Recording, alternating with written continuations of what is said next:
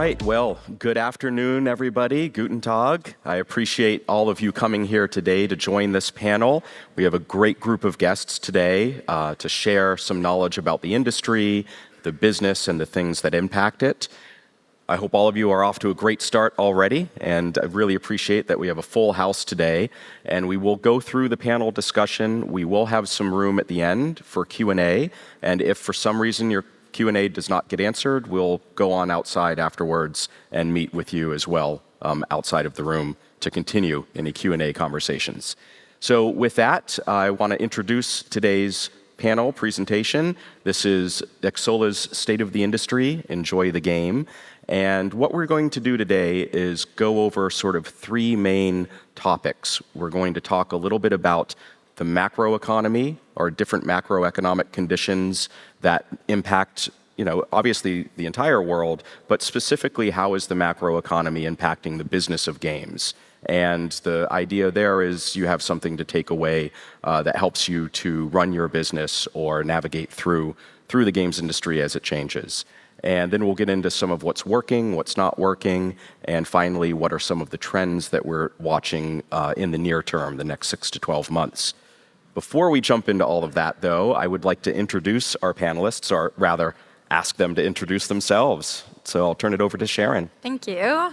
Hello, everyone. It's so nice to be here. I love that it's the first day because everybody's awake, so thank you. My name is Sharon Fisher with LLC, and I am the head of trust and safety for Keyword Studios.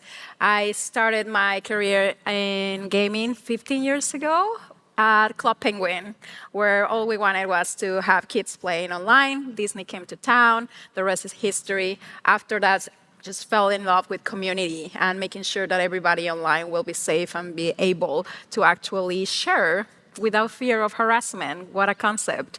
I still am doing the same work, as you can imagine, now at Keyword Studios, heading a 350 team of superheroes, we call them, non-moderators anymore. And what we're doing is protecting both sides of the equation, gamers, but also the people that is reviewing this really horrible and scary content. So thank you for being here. Thank you, Sharon. Hi, my name is Kirill Tokarev. I'm a CEO and founder of 80 Level. We've been around for about 7 years, and we're telling stories about video game development and art production. I've also been in this industry since, I think, 2004. Been writing for a bunch of magazines back in a time where it was still paper, if somebody still remembers that. And we've been growing very nicely, and I'm very happy to be here and share some stories with you guys. Well, okay, so my name is Michail Katkoff. I'm here as a founder of Deconstructor of Fun. I haven't done Deconstructor of Fun for full time, maybe ever, for the last 3 weeks. But till then, for the past, I think, 14 years, I've been in game development, so doing games for first browsers, then mobile phones, and pretty much mobile phones until last summer, or no, not summer, like till a month ago. So been in game development, in product functions, studio, company leadership, and now back to just blogging and talking on a podcast for a while. So thank you for having me here. Excellent. Thank you, Mishka, Kirill, Sharon. It's great to have all of you here. And I am Chris Hewish. I am president and interim CEO for Xsolla. And it's a company that I'm not going to do a sales pitch. We have plenty of people here, but we want to help everybody succeed in the business of their games. I've been making games since the early 90s, worked on all sides of the industry, and I'm really honored to be able to do this panel with this group today. So with that, we're going to jump in, and I have to use my little clicker, I believe, here to go to the first. There we go. The first thing that we're going to talk about. So macroeconomics. This is really the idea, as I mentioned up top, of discussing what are the big macroeconomic pressures or variables or things going on that are impacting the games business. Things like we know global growth is projected to fall from an estimated 3.5% in 2022 to 3% in 2023 and 24. We know that there's a rising rate of inflation around the world. There's growing concerns about corporate credit and things like that. So I'm going to talk to the panelists, have them share some of their insights, and I'd love to start with Sharon who had a great note about GDPR and privacy and how that's impacting the industry. Well, how's 4 billion euros for macroeconomics? So that's the amount of money that has been put out by the big companies because of fines on GDPR just until today. $4 billion because they are not following the different legislations around the globe. And to be fair to everyone, the different legislations around the world are still trying to figure out what is it all about. The state that we are right now is just waiting and holding and seeing where California is going, but where Germany is going, but France. And it's going to be a really, really interesting piece to even understand. Are we going from where the HQ is? Are we going from where the user is sending? Is that the actual IP from the user? So when you talk about what's to come on the privacy side of things and how it's going to impact gaming, it's something that obviously we take very seriously. On my side, it is really good news because we've been trying to push towards that for so many years. So now if you're not doing it for the good of the world, you're going to do it because you really want to take care of your pocket. Thank you. So privacy, big concern. And I know we share that as well. We've actually just launched a partnership with Prevo to do COPA compliance and GDPR compliance within our whole ecosystem to help developers. I mean, I know you mentioned $4 billion in fines. That is a massive, massive number. Have Kirill or Mishka, have you witnessed any of this on the privacy side? Luckily, no check. No complaints have been made against. You haven't written the $4 billion check? No. Hopefully never. Good. Well, what are some of the things that maybe, Kirill, maybe that you're looking at from a macro sense? So maybe like 2 points that I have on my mind all the time. So first of all is optimizations in the corporate sector, meaning that a lot of people getting fired in games. It has been happening for the last 5-6 months, and we've been seeing this a lot in our audience in particular. I'm not sure where that's going and how that's going to be connected with all the technological disruption that we're going to have, with AI and all the other tools. I'm sure we'll have an opportunity to talk a little bit about this later. But the other big thing is the growth of the industry overall. And I mean, if you're looking at those graphs, yeah, it's kind of growing, but it's not these jumps that we are, we're accustomed to, a couple of years ago or 10 years ago. And my thought is who else is going to play games, right? So we had kids who became adults, and then we created games for women. Who's next? Now, Roblox, maybe it's kids again, and it's like this virtual cycle. Other than that, it's probably cats and dogs left, but I'm not really sure where are the next growth drivers for this industry, and this makes me a little bit worried, I'm sure, as many investors as well. Got it. So you feel there's maybe some downward pressure on the continued growth. And I know, Mishka, you had talked a little bit about that as well. He's asking exactly the right question, so let me answer you that. So, so the question about the growth, I mean, of course, 2020, 2021 were crazy. A lot of growth on all the sectors, especially mobile. People were locked in and playing their games. In 2023, there's relatively small growth, as you said, about 2% year over year, 2.5% maybe. And most of that growth is actually driven by console and PC games. Reason being, naturally, is because we had a lot of supply chain issues. We had a lot of delays of different big AAA games that are coming out right now and will be coming in the next year. And those are driving actually quite of a significant of a growth in terms of revenue. I think we're seeing about 7 to 8% revenue growth in terms of console. So that's quite unprecedented. And then when it comes to the questions like where are the players coming from? And that's a great question because there are stagnated areas like the EUs and the North America and maybe China as well. Actually, China is declining in terms of that. But a lot of the player-based growth that we're seeing is coming in from Middle East. It's coming in from North Africa. That area is growing twice as fast as Asia Pacific at the moment. So there are new areas, not new areas, there are areas that are becoming more affluent. There's more phones, more devices, better internet connections, more economic prosperity over time, and that allows new players to enter the market, and they come in usually through mobile first as the first platform. So that's where the growth is, according to the data, coming from. Yeah, you had a really interesting statistic around that as well, that you said it was 6% growth of the player base projected over the next year. Yeah, it was. I think I mentioned it was six. I think it's even more than that, but it's 6 times the growth of EU and the US in terms of player base that's happening in North Africa and Middle East at the moment. Well, I think the most interesting question is, how is this growth going to continue after 2023? Because once these games are out, let's say next year we're going to get a couple of more AAA games that are really driving the growth. Everybody going to get their PS5s. Now there's no more, supply chain issues. What then? And that's the big issue, because mobile is having trouble with the privacy-related elements. They're having problems scaling up as they were before. When AAA launches all the other key titles, then how we're going to sustain until the next generation of consoles. So I think that's something that we can talk about later. Yeah, absolutely.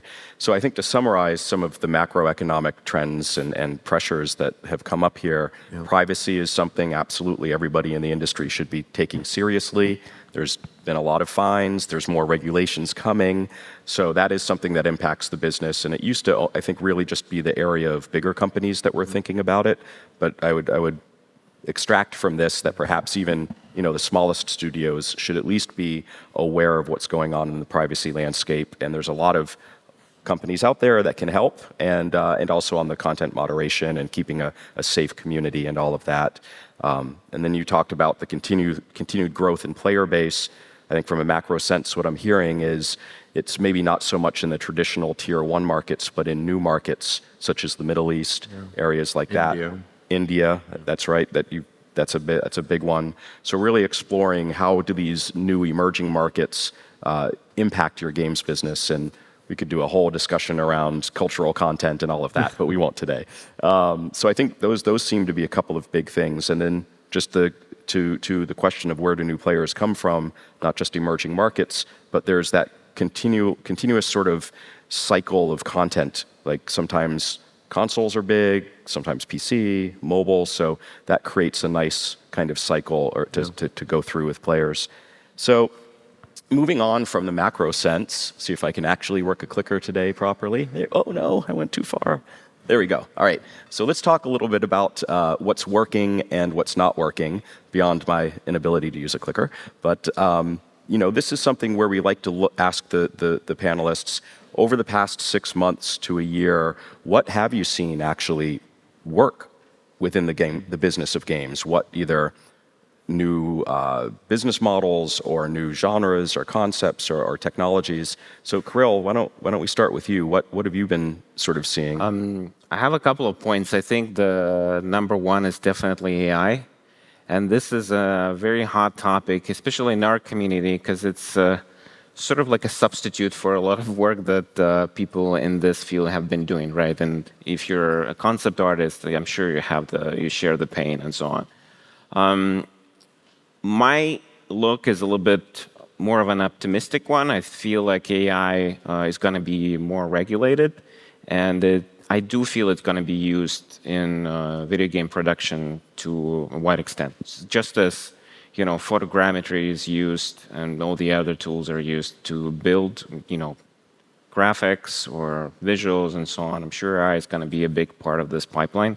I do feel that it's being utilized to perform creative tasks, when it can also be used to take away a lot of, stuff that you don't want to do in like 3D production, like UVs or all the other like little tedious things that really don't give you anything, and they just don't contribute. And I would leave more of a creative tasks to people. And this kind of brings me to the next point. I do feel like this year, like you mentioned, that maybe there weren't that many big AAA releases, but there were so many of those amazing small indie games that just prove that no matter what's going on, no matter what kind of technological disruption is there, there's still going to be amazing games like The Dredge or Dave the Diver, or like these small little hits that give you hundreds of hours of entertainment at a very low cost. So I still kind of retain a very optimistic look into the future, no matter what kind of disruption is going on. Great. So I know AI is always a hot topic. I was actually just talking with a indie developer last night, who used AI, ChatGPT, to help with his government grant applications, where he said, there's so many questions to answer and fill out. We were running up against a deadline. They wanted to see some sort of study that would help, prove that this grant was worthwhile. We couldn't do a study, so we just had ChatGPT do one for us, and it turned out to be really, really good, right? So that's something that certainly is working. I think, Sharon, what are some of the things that you've seen working over the? Yeah, I think I have a couple of points there too.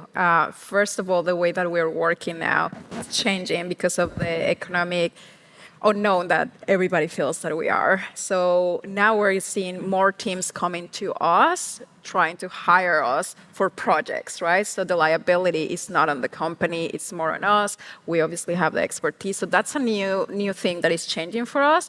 Just like anybody else, like our business, slowed down at the beginning of the year. Things were put on pause, and now what we're seeing is okay, it's starting to pick up, but more on this kind of new way of working. And then the second one, and always AI plus HI, I call it. At the beginning, when I started, long time ago, it was there's no way that a machine can make decisions, right, on moderation. And then machine learning came, it's forget humans, this is the answer. I think we're finally at a point where everybody's comfortable taking AI as a tool, not a solution, and blending it with human intelligence. I call it HI. I think that is a trend that we'll continue to see. It is working because when you talk about languages, nuances, the gaming lingo, the different cultural differences that you will encounter, whatever I say in Mexican Spanish is going to be horrible in Spain, right? There's so many nuances there that we need to take in consideration, never mind pop culture. So something that is working right now is just understanding that. And also I see the big players understanding that now they don't have to start from zero. They don't have to build their own engines. They take what the big guys have been doing on the moderation space, and then they aggregate their own intelligence because there's no one tool that is going to be perfect for them. So more working together rather than just deciding that one solution is the right one or not. So once again, AI, but I love that idea of AI plus HI, the hybrid of human intelligence and artificial intelligence. Yes. So I think you both have kind of touched on that, where that blend of the technology with the people has been working, which is great. And I know you mentioned AI as well in our notes. And I'm actually curious to ask the audience of how many of you use AI either for personal use or work? If I can get hands up. wow. Yeah, so I don't think we need to even talk about AI anymore. So it's a great tool. It's a great way to improve or streamline the development of games, whether you're voice acting or help with narrative or concepting, maybe concepting, but the early sketching visual development phase. Sure. It's perfect for that. I don't know if it's going to be in coding yet, but it will be over time when it comes to texturing. All these repetitive tasks that you said can be significantly streamlined with the help of AI, and there is pushback that is happening, and I understand the emotional pushback against it. If you are an artist, if you are a concept artist working at a studio, it is coming in your territory, and there's chances to make your work easier. And then the question will be, will that big of a demand for concept artists, for example, exist or another type of profession? So that's the fear, but I think in reality, it will just slow down the spending on the games, and because the budgets are uncontrollable already. So it's going to allow mid to large size developers to kind of spend what they're spending right now rather than increasing the spend over every single generation. So Yeah, I'd love to add to that point. I think there's a lot of fear, obviously, with this technology coming, but at the same time, and you've been in the industry for a while, so you know this, the workflow has been disrupted so many times over the years. And if you're a texture artist or something, you've been doing this, in Photoshop, then you were modeling it at ZBrush, then you started doing this like Substance Designer. Now you're doing some Megascan stuff, and now you're probably going to do AI. And I talk with texture artists a lot, and they're fine with that. They're just used to this, jumping from one tool to another, and just using them in combination to create something new. So as long as we keep this mindset that this is a tool, this is not really a substitute for human input, then I think it's fine. Yeah. Yeah. Yeah, on the other side, and then we're talking about things that work. I mean, I think IPs work better than ever. Like there's always been, especially on the mobile side, that we don't need IPs because we have, we have our user acquisition capabilities. So we don't want to pay for an IP. We can just do our own stuff. And now that those type of tools are being taken away, the importance of an IP and especially franchise has becoming more and more important. And you're seeing a lot of existing, let's say, successful mobile game developers really invest into building an IP of the games that they have. And then you're seeing, on the other hand, the IP holders, whether they are from entertainment or games, pushing in onto mobile, bringing in their IP and being actually quite successful now with the IPs on the market. So, and then the third thing that works is like when you walk around here and you see the Xsolla ads, I would say web shops. That seems to be working pretty well. So kudos to Yeah, your organization. Absolutely. I mean, again, not trying to sell or anything here. Thank you. But honestly, we have seen this move with mobile companies sort of expanding their businesses beyond just the app stores. We've talked about privacy. Well, privacy is also, as I think all of us know, really had a big impact on user acquisition. Yeah. The cost to acquire users has gone up. Discovery is an issue, while at the same time, the lifetime value of players has expanded due to the live services push. I think AI can have a big help in extending that even further. So companies really are looking at how do we, if we're going to spend more to acquire more valuable players, we want to be able to control those players within our own ecosystem, and that's where these web shops come into play for sure. We talked about brands, also IP becoming kind of you're seeing that trend increasing because it helps also with the user acquisition.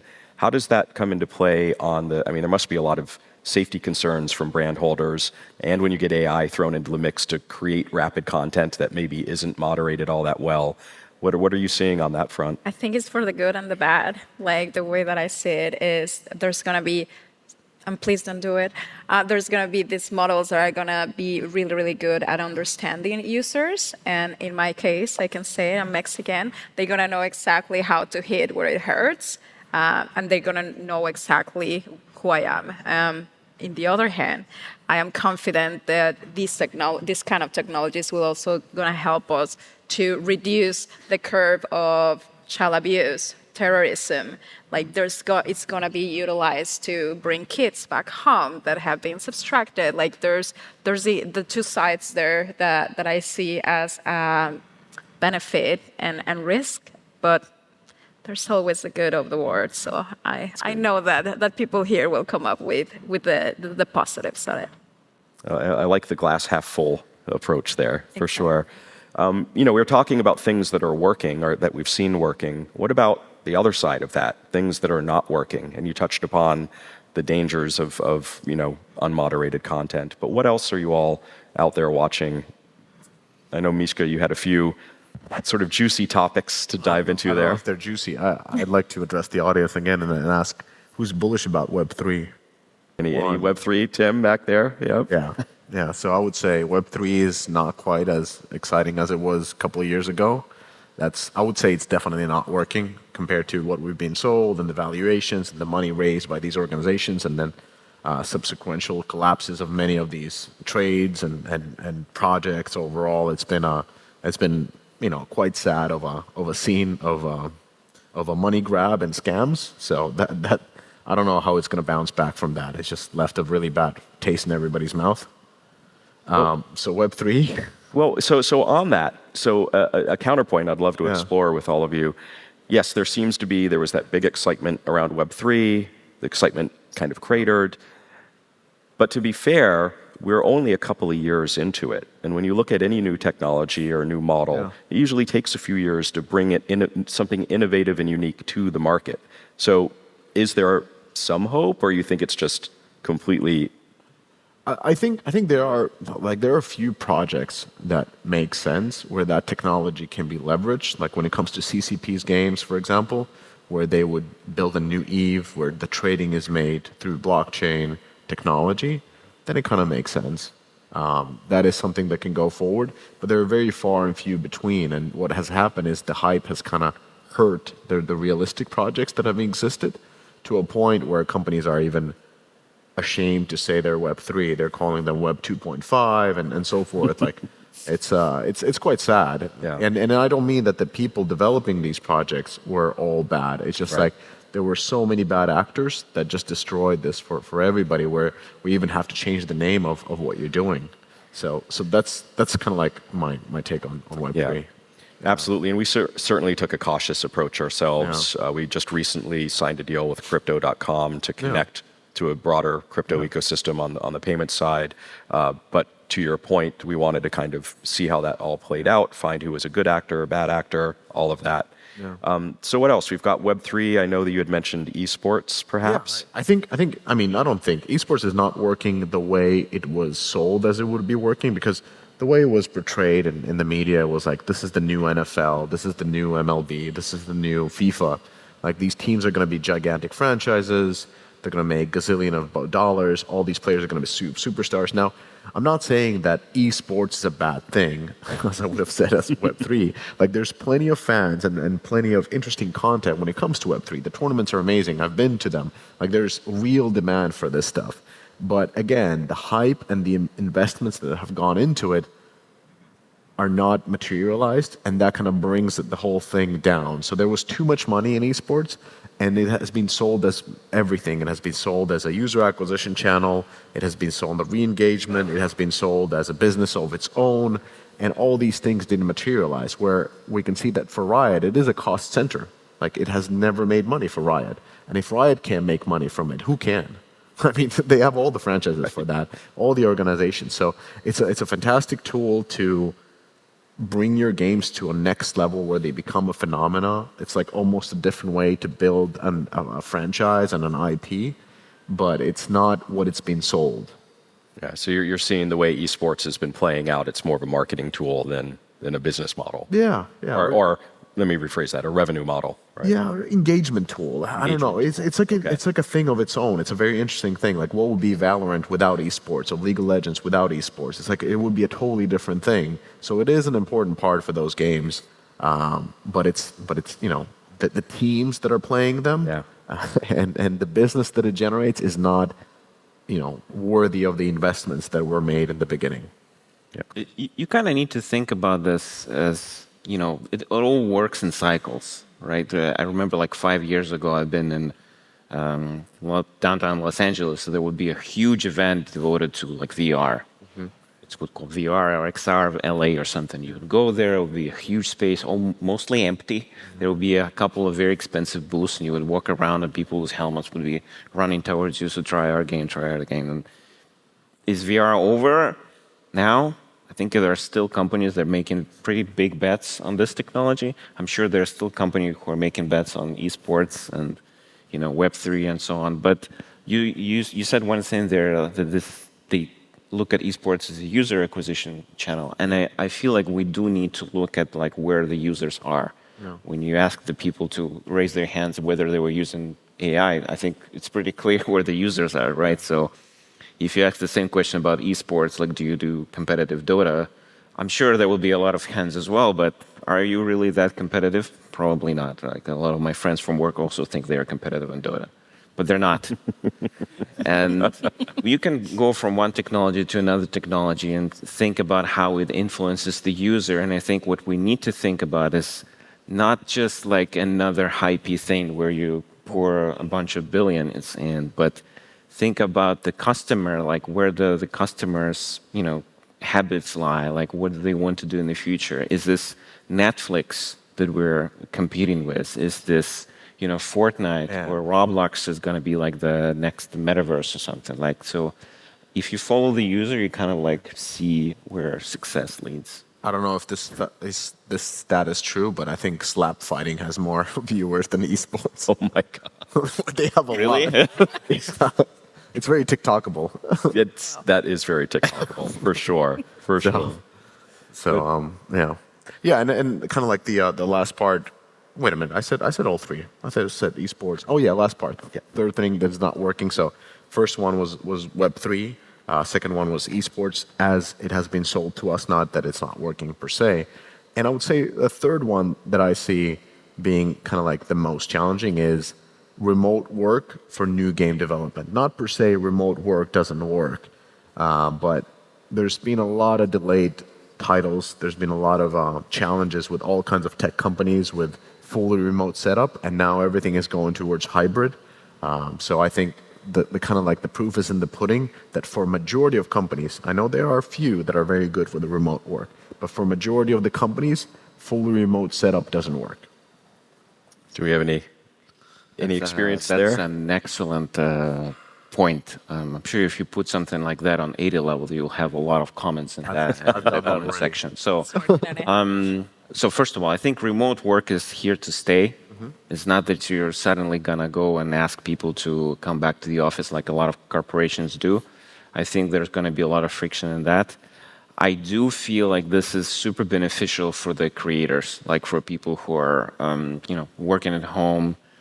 They can just have more time to be with their families, more time to, just devote to themselves and not just on commutes or all the other things. So there are clear benefits. I do see that there are a lot of challenges from the business owner perspectives as well. So I would love for all my team members to be in the office so we could communicate together, and especially if we're launching a new project, you're completely right. It's very challenging. But maybe there is some kind of like middle ground solution. Maybe hybrid work is the way to go, where you can onboard people easier online and do something like that. I do also feel that this hybrid work thing is going to stay just because it helps you save costs. Not everyone can afford to, have a huge office in a, high cost area like San Francisco or somewhere else, right? Having people just distributed, it has its own advantages as well. Yeah, I meant, sorry, I didn't mean that on-site is the answer. I meant hybrid. Yeah. Yeah. Yeah, it's certainly a lot of opinions on that side of it, which we could probably do a whole nother panel about. So I think, in sort of moving on, we've touched on what's working, what we've seen working, what's not working. What about what's coming, right? Over the next 6 to 12 months, what kind of things should somebody who's running a games business be thinking about? Sharon, I know you had some thoughts around how teams might evolve and all of that. Yeah, I think what's coming for us in the trust and safety stage is to have developers be part of community. So for the longest time, it's always been developers create these really cool features, and then community is like, holy shit, like pornography can be uploaded here. What's coming is understanding that community starts from development. We call it community by design. So really working together, and trust and safety is the mean to translating what community needs are, not just looking at it from the gamer's perspective, but also how you're going to tool and how you're going to help your team to make sure that if they find something, they can have all the information ready to be escalated to authorities, or all the information to be deleted because of privacy issues. So what I see now is like this collaboration between how are we building, why are we building this, and even asking those questions. When you are on the very high level ideation of things, we just come and say like, hey, do you know that can be used for child abuse? And you're like, no, I didn't know. Tell me more, and then just give you that insight of what's happening on the other side. For the longest time has been like this, like I'm telling you, community side of things is like, we need this tool, ain't nobody has time for that, this is more important, patches, releases, all of it. If we do it from the beginning, the end result is not just going to be happier players, but literally, and forgive me if I'm cheesy, a really big impact around the globe and how we can protect what we care most, like the kids around the globe. Terrorism, real-life threats are escalating like no tomorrow. I'll be doing a talk about it tomorrow. That's my commercial. But more, educating developers on how they can impact that result and how they can help reduce real-life threats around the globe. And they're saying I'm doom and gloom. What's that? They're saying I'm doom and gloom. Well, but I do like that idea that what we're seeing, or what a trend that we've seen, and it's continuing to grow, and I agree with, is the importance of communities, of engaging directly with your players and fostering a community. We've known that for launching a game, that is really important.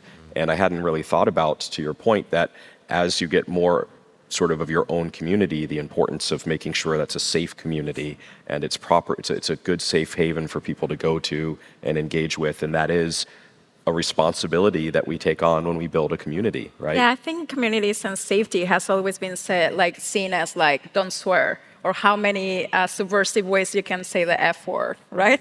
Like, but that's the worst of my like worries when I go to bed. Like that's something that we will like get so good probably with AI that I don't have to worry about. It is more on the impact that we're having around the globe by not creating this from the beginning. So taking on, I guess, you work with a big community of artists and everything. What are you seeing happening within there from a trend or what's next? I could give you a couple of trends and summarize where do you think they're going to take us. So first, there's a growing community of video game developers, and there's a lot of factors that fuel this. So one of it was COVID. During the time of downtown, people would, flock more to this kind of software, try to build their own game. There are these huge games like Roblox that kind of teach you how to build your own game, and now you will see more and more people already understanding how to build gameplay from these basic blocks and wanting to do something more.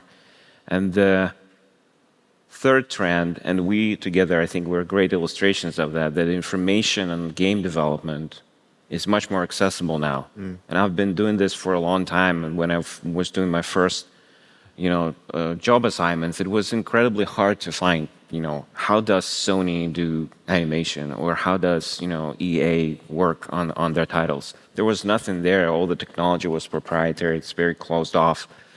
Now it's everywhere. You just can go online, on YouTube, Google any kind of tutorial, and you'll learn how to do software. And if you combine all these trends together, including the web shop and all the other distribution tools that are available, you will just have more games. I feel like in the next couple of years, the market is going to grow. You will see more games being developed and self-distributed. It feels like this is the way for more people to get access to this audience. So you're really seeing that we'll see a continued increase in the number of games coming out, which obviously makes discovery even tougher. But that's probably another panel we could do. But Mishka, how about yourself? What are you seeing coming? I don't know. Like one interesting trend that I've been looking at, not a trend. I don't know how to interpret this, but when we look at the growth of the player base and we look at the growth of the revenue, so the growth of the revenue coming in from consoles and PC, and the growth of the player base is coming from mobile with new areas. And then on console and PC side, like how is that growth going to continue? Because now there's a lot of games launched that are, single player, kind of like boxed games. We know that there's a lot of games as service titles that they're pushing for, because that, of course, gives them a more, substantial, longer-term business. Call of Duty, great example. Destiny, another perfect example of that. So more of those type of games are coming in. And then at the same time, console is pushing for this subscription model, kind of like a Netflix or, Game Pass, PlayStation Plus, the Ubisoft Plus store, whatever it is. All these developers and all these publishers are having their own subscription model in addition to that. And so the question is, like, you have a relatively small player base compared to mobile. That player base is not really growing, and you're introducing a bunch of business models there. You're launching more games than ever. They're bigger than ever, and now many of them are never ending, like the Fortnites, and the Division was also kind of like, well, it kind of ended. But those type of games, and then you're slapping a subscription model on top of that, where, like, what are you trying to do, and how is that going to be sustainable going forward? So that's kind of like an interesting thing to watch, because it looks a little bit worrying, like if you fast forward a few years from these booming ones. And then second thing that I find very interesting is, talking a lot to mobile developers of, we've invested in quite a few studios, and some of them are not doing that great at this moment if you're a mobile gaming studio. And there's always a question where to pivot. And the pivot is almost always like, let's do Steam, let's do console, let's do something even more difficult. And I think what the people are, what I'm trying to say is like, what if you go to apps? And they're like, what do you mean? I'm like, well, Slack was a tool inside of a game, Discord as well. Those are pretty big companies, and there's not a lot of competition. And what I'm trying to say is like, there's an intersection of games and apps that, for somewhat reasons, developers are not looking into. And I argue that a game developer is a much better developer for an app, whether that is health, whether it's mental health, whether it's communication, you name it. We could do better apps than the existing apps, and they would be much more successful. And there's less competition, and those apps can be worth of billions. So just, a food for thought. That's a really interesting take of how can you repurpose something if it's not working out in the game, what part, because you create so much content and tools and features within a game that often those could be extracted. Yeah. So great points. I appreciate all of you sharing. I would like to take a few moments and open up to the floor for questions. We have a great talent, smart group of people here. So please, is there anyone that has a question? Yes. Thank you all for the really useful insight. I'm Jacob from Spatial. We're a UGC web gaming platform. Just curious, because you're doing some trend forecasting and giving your take on the state of the industry. I think you talked a little bit about some friction. Maybe one big piece of friction is distribution in gaming, either because it's hard to find your audience, or if you do find your audience, the gatekeepers potentially take a lot of revenue off the table. So curious what your thoughts are on web gaming this year and into 2024, and if you're excited or more muted in terms of where it's going. Just an open question for the panel, or? Open question. Okay. Would love 4 answers, but I'll take one. I certainly have a point of view, but I want to open it up first to the... Browser gaming? Currently less than 1% of the whole market and declining. Well, you were saying, do you mean browser when you said web, browser? Okay. Yep. Okay. Yeah, I think it's overall, it's like 1.5 billion, I think, the value of browser gaming, where, mobile is like 80 or 100, something like that. So it's quite the niche. I know some companies are quite successful in that sphere, but I don't see browser gaming being very successful long term. I think the accessibility of that is not better that compared to other platforms. I can add to that. I think it's when we think about browser gaming, we think about kind of like a HTML5 game that's going to be running in the browser. But I think about something like streaming. What if you could stream like a full-blown Unreal Engine 5 powered experience in your browser? It sounds more exciting, right? So it all depends on the kind of technology and what kind of game we're talking about and so on. I feel like browser is a great way to distribute, right? Everybody has one on their phone, or on their computer, or anywhere. It all depends on kind of product, And I feel like the audience right now probably needs something a little bit more interesting than a traditional kind of HTML5 based game. Okay. I think one of the things I would equate also browser potentially to cloud as well, right? So you talked a little bit about the technology behind the browser that's actually delivering the game, and that certainly can help address some of the content piece of it to provide better content than old school browser based. Certainly discovery is a big thing. Something that we have noticed working with a lot of mobile companies going over to these web shops, and this will be analogous here, is that the mobile companies are getting onto the web and they have no knowledge about how to acquire users on the web. It's all programmatic mobile advertising, right? And they're thinking, oh my gosh, how do we drive traffic to these web stores beyond just community forums and things like that? And they've had to build that knowledge up.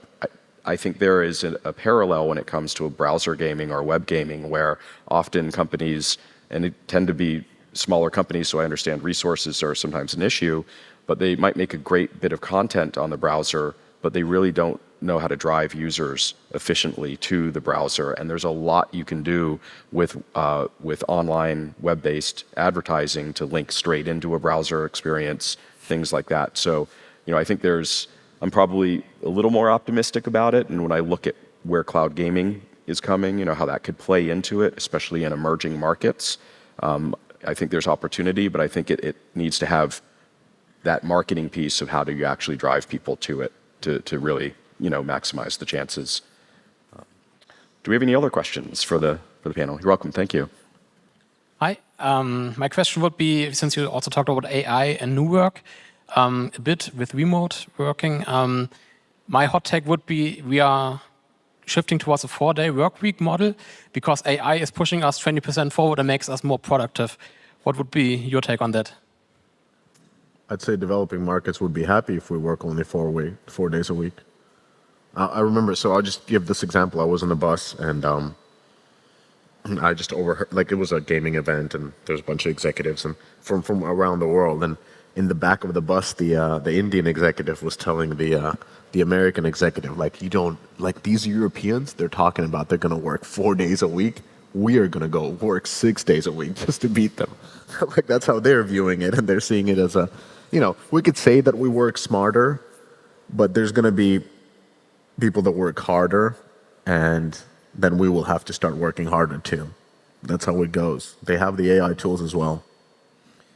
Yeah, I think, pulling on that, something that I often talk about, a lot of people say, oh, AI is going to reduce the cost of games. It's going to shorter work weeks, smaller teams. Well, historically, when you look back at a lot of productivity technologies, everyone always says, oh, when the personal computer, it's going to make everybody's lives super easy. You'll hardly work at all. The reality is you become just more productive. Bigger games, working hard to the same or harder. So I think that, in my opinion, will probably be, of course, that's the old producer in me as well, work, but you never know. So, thank you. Yes? One of the panelists said that we should early engage the community when developing a game for testing, finding bugs, or security risks. And we had this discussion a lot inside our company. Actually, we are a small company, and one party in the company was always saying, okay, the sooner you start publishing your ideas, the sooner you get attacked by copycats. So I'm just, this is an open question for the panelists, like what is a break-even point? When is it hurt you, can it hurt you to release your idea too early? And when is this community engagement paying off more when you release a game that's not finished, or at least publish the game in some way to a community? And that's part of the, I think, the translation that we do. Because when you think about community, you're thinking about people talking to each other.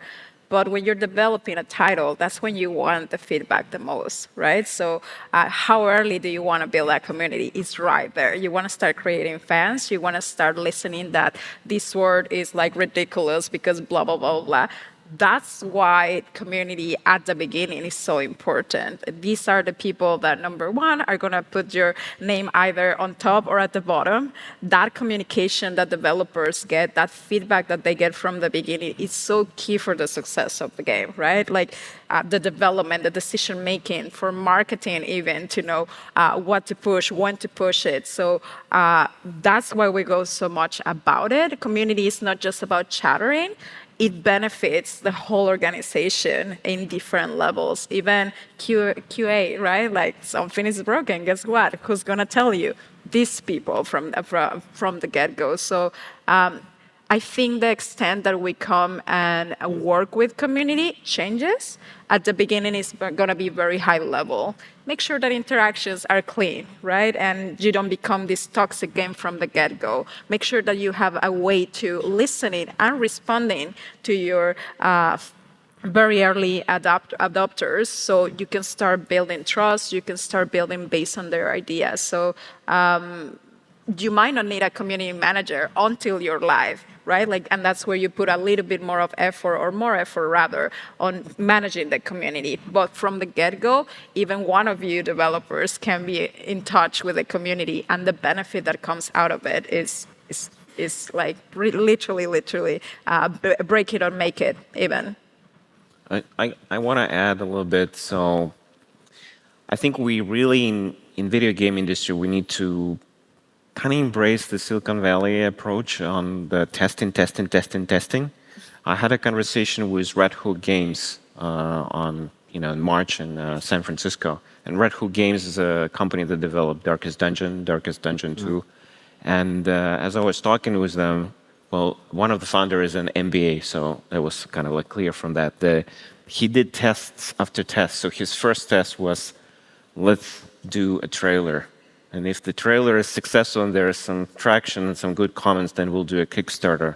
Once we do a Kickstarter, then we'll do an early access. And when we do an early access, then we'll do it's all kind of like tests, and they all depend on the community reaction. Because if people are not excited, they're just not going to buy your game. There's just going to be nothing there. And they were investing their own money, so they were very careful with that. So definitely I support your point. As long as you feel like you have something to test, go to the community, show it, and test it. All right. Well, I think we are out of time. I got the signal back there. Raymond's frantically waving at us. Thank you. I want to thank all of you for coming today, sharing your questions, listening. I want to thank our panelists, Sharon, Kirill, Mishka. Big round of applause for the panelists, please, and for yourselves.